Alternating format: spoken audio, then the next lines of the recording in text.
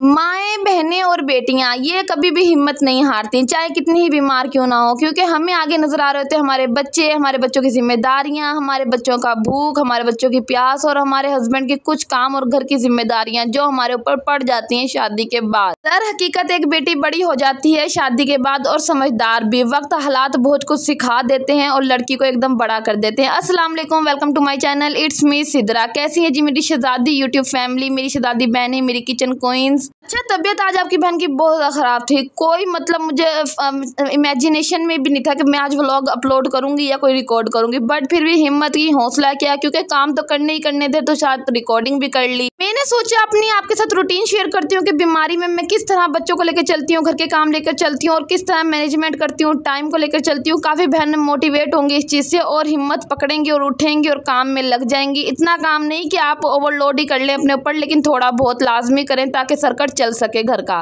बहन ने कमेंट किया था, सिस्टर कौन सी आप चाय यूज़ करती हैं, चाय की पत्ती? तो ये वाइटल की है पत्ती यूज़ करती हूँ। ये रिफिल करना था, मीन्स के न्यू बॉक्स आया हुआ था तो इसको मैंने सेटअप किया, सारा का सारा खोल के डाल के और इसको इसकी जगह पर रख रही हूँ ताकि नेक्स्ट टाइम के लिए मुझे प्रॉब्लम ना हो और मेरे जो चाय की पत्ती है वो रिफिल हुई हो। अच्छा मेरी प्यारी बहनों, मैं चाय में ना सौंफ और इलायची भी डालती हूँ, जिससे ना चाय का टेस्ट बहुत ज़्यादा मज़े का हो जाता है, इनहेंस हो जाता है, जायका मज़ेदार। यार आजकल ना ऑटोमेटिक चूल्हा हमारा बहुत ज़्यादा प्रॉब्लम कर रहा है और इसमें आग खुद ब खुद लगती नहीं है, कभी कभी लगानी पड़ती है, समझे ना, लगानी पड़ती है। लेकिन मैंने नहीं लगाई थी, वो माचिस की हेल्प ली थी मैंने तो जी उसके बाद जी मेरी जब तबीयत खराब होती है ना, आप लोगों को एक गाइडलाइन दे दूं, जो बहनें सेपरेट रहती हैं और जॉइंट फैमिली सिस्टम में भी रहती हैं, अगर छोटे बच्चे और तबीयत खराब है, यार दिल नहीं कर रहा उठने का, टांगे कांप रही हैं, ये कोई काम नहीं हो रहा, हमेशा बच्चों को वो चीज़ बनाए खिलाएं जो जल्दी बन जाए और हेल्दी ऑप्शन भी हो बच्चों के लिए, बच्चों की हेल्थ भी इंप्रूव हो उससे, ना कि ये कि आप नूडल्स बना के खिला दें या कोई इस तरह की ओल फोल चीज़ें। नहीं, कोई ऐसी चीज़ बनाएं जो जल्दी बन जाए, फटाफट बन जाए, टाइम कम लगे और बच्चों का पेट भर जाए। तो यहाँ मैंने रंगीन सेवइयां दूध में रख दी थी बनने के लिए, तो चलो मैंने कहा मैं खुद भी थोड़ी सी खा लूंगी, बच्चों को भी खिला दूंगी, बच्चे को भी पेट भर जाएगा। अच्छा हम ना आज लेट उठे थे, पूरी रात मेरे बेटे ने मुझे जगाया और मेरी खुद की भी तबीयत बहुत ज़्यादा खराब थी। सुबह हस्बैंड को नाश्ता करवा कर मैं सो गई थी,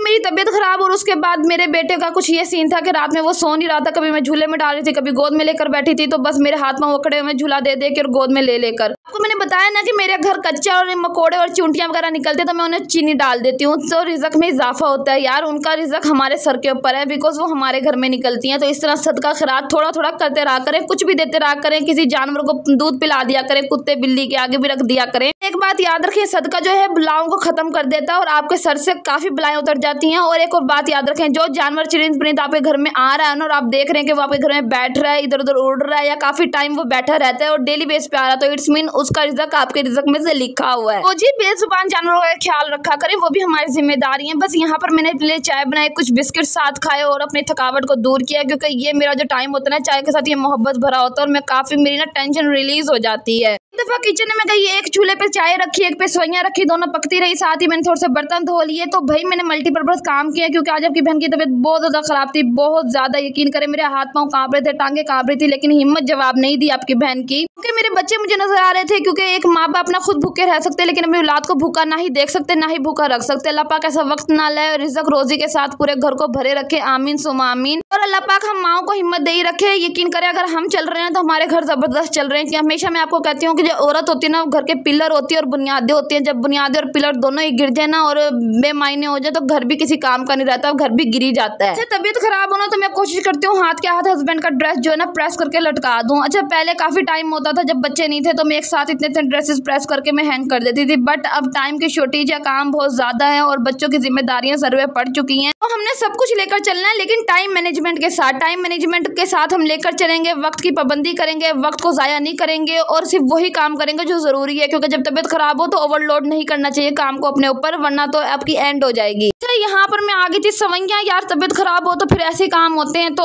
आंच ज्यादा तेज हो गई चूल्हे की फ्लेम, जिसकी वजह से ना दूध काफी हद तक ड्राई हो गया। तो बस मैंने कहा अल्लाह का शुक्र अदा करके खा लेते हैं, क्योंकि वो वक्त भी हमने देखे हैं जब बच्चे बीमार होते हैं और मैं बीमार होती हूँ ना, मैं बच्चे संभाल रही होती हूँ और भूखी बैठी रहती हूँ। खैर जी अल्लाह का लाख लाख शुक्र है, केक रख के हमने खा लिया। उसके बाद जी एक शॉपर मैंने लटका दिया, जिनका जितना भी कूड़ा क्रिकेट होता है, छिलके वगैरह होते हैं ना, मैं उस शॉपर में डालती रहती हूँ और बाद में वही शॉपर उठाकर 10 मिनट थ्रो कर देती हूँ गिरा लगा के। अच्छा जी यहाँ मैं बर्तन चमका रही हूँ अपना। पहले मैंने कहा दूध का बर्तन धो लें, बाकी थोड़े बहुत बर्तन रखे हुए थे, मैं कहा बाद में धो लेते हैं, दूध गर्म करते हैं। दूध गर्म करने के लिए मैंने बर्तन धोया। बर्तन मैंने यहाँ काले तेल से धोया, बड़े बर्तन में काले तेल से धोती हूँ। एक बात याद रखें, ग्लव्स पहन के काला तेल यूज करें और बर्तन की शाइन एंड में चेक कर लीजिएगा। न्यू का न्यू बर्तन बर्तन लगता है, ऐसा लगता ही नहीं कि बर्तन आपका कई साल पुराना है। ठीक है, मेरी एक बहन ने कमेंट भी किया था मुझे, सिस्टर इतनी सारी पतीलियां माशाल्लाह से और चमक देखो कैसे रही हैं। तो भाई अल्हम्दुलिल्लाह ऐसे ही चमकती हैं अगर केयर की जाए, क्योंकि जहेज के बर्तन हमारे बहुत करीब बर्तन होते हैं। वैसे भी एक लड़की के लिए बर्तन बहुत ज्यादा अजीज होते हैं। सीरियसली लड़की बड़े प्यार से इन्हें रखती है, बड़े प्यार से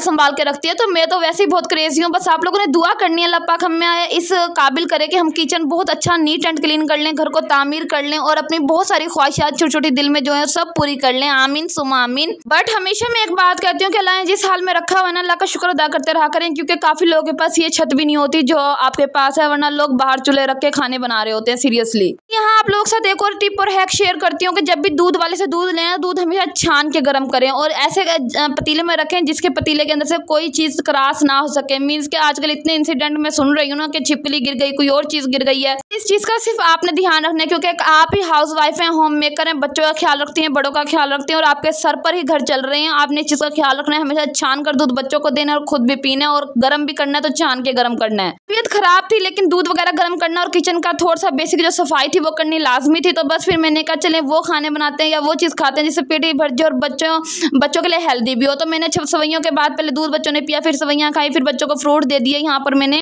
अपने लिए एग बॉयल करने के लिए रख दिया कि भाई दूध और एग में साथ मिक्स करके मतलब खा लूंगी पी लूंगी। और यकीन करें हेल्दी ऑप्शन है। मैं आपको हमेशा एक बात कहती हूँ, क्योंकि हमने बच्चे पैदा कर रखे हैं, सिजेरियन हुए हुए, इंजेक्शन लगे हुए हैं, बच्चों जो लड़की हैं उनकी बैकबोन में पेन रहता है, दर्द रहते हैं, तकलीफ से वो गुजर रही हैं। हमेशा मेरी प्यारी बहनों डेली 1 कप दूध लाजमी पिया करो। अगर 1 गिलास की गुंजाइश नहीं है तो 1 कप लाजमी दूध पी लिया करो, या कोई फ्रूट खा लिया करो। एक भी फ्रूट कोई भी खा लिया करो, एक नहीं खा रहे आधा खा लिया करो कि 1 एप्पल काटा है तो आधा बच्चों को दे दिया, आधा खुद खा लिया। तो ये है कि यार थोड़ा सा मेंटेन रहेगी आपकी हेल्थ भी, वरना आपकी हेल्थ बिल्कुल खत्म होती रहेगी और जिम्मेदारियां हम पे बहुत हैं। एक बात हमेशा मैं कहती हूँ कि अपना ख्याल ससुराल में अपने खुद रखना है। यहाँ माँ नहीं होती, ससुराल में माँ नहीं होती जो आपकी केयर करे और आपका ख्याल रखे। ठीक है, अपना ख्याल लाजमी रखा करें। दर्द तकलीफ हर लड़की की सांझी हर लड़की के साथ है। जी जितने भी छिलके वगैरह हुए थे ना फ्रूट्स के, मैंने उसी शॉपर में डाल के रख दिया, लटका दिए। जैसे ये शॉपर भर जाएगा इसको गिरा लगा के मैं मेन डस्टबिन में डाल दूंगी। इस तरह ना मक्खियां वगैरह भी किचन में नहीं आती और हाइजीन भी मेंटेन रहती है और हर वक्त मक्खियां भिनक रही हैं और इस तरह बुरा हाल हुआ हुआ किचन का, वो सब नहीं होता। मेरी प्यारी बहनों यहाँ मैं लिक्विड रेडी कर रही थी और ये लिक्विड में डाल के पानी में काफी सारा लिक्विड रेडी कर लूंगी। इतने सारे बर्तन धुल जाते हैं इस लिक्विड से। है वैसे सस्ता ही है, तकरीबन ये 280 या 270 रुपए का। हमेशा वो चीज लिया करें अपने ग्रोसरी में सामान में जो थोड़ी सी सस्ती भी हो लेकिन क्वालिटी उसकी ज्यादा और क्वांटिटी भी ज्यादा और क्वालिटी भी अच्छी हो। ठीक हो गया। कंटेनर मैंने फौरन भिगो दिया ताकि धुलने में आसानी हो। यहाँ मैं चीनी का कंटेनर धो रही हूँ, साथ ही साथ सवैयों का भी कंटेनर धो लूंगी। अच्छा एक बात याद रखें, जिनके कंटेनर्स के ऊपर ना जिन कंटेनर्स के ऊपर सुराख होते हैं, स्पेस बनी होते हैं, तो हमेशा ब्रश की हेल्प से उसको साफ किया करें ताकि जितनी भी डर्ट या डस्ट वगैरह वहाँ घुसी हुई है ना वो सारी निकल आए। किचन का एक असूल बना लें कि जब भी कोई कंटेनर खाली हुआ है उसे रिफिल करना है तो हमेशा धोने के बाद ड्राई करने के बाद उसे रिफिल करें ताकि वो कंटेनर बिल्कुल नीट एंड क्लीन रहे और बिल्कुल शाइन करता रहे। और इससे ये भी होगा कि जो पुरानी चीजें उसके अंदर लगी हुई है, चाहे वो चीनी चिपकी पड़ी है या कोई भी चीज चिपकी पड़ी है, तो वो हट जाएगी और नई चीज आप डालेंगे तो फ्रेश रहेगी। हाँ जी, मैंने कंटेनर भी धो लिया था और उसको मैं ड्राई करने के लिए धूप में रख दूंगी। अच्छा मैं वॉइस ओवर में फुल जान दिखा रही हूँ आपको कि मैं माशाल्लाह सेहतयाब हूँ, तंदुरुस्त हूँ, बट अभी भी मेरी तबीयत बहुत ज्यादा खराब है। बट क्या कर सकते हैं, अगर रो के वॉइस ओवर करूंगी ना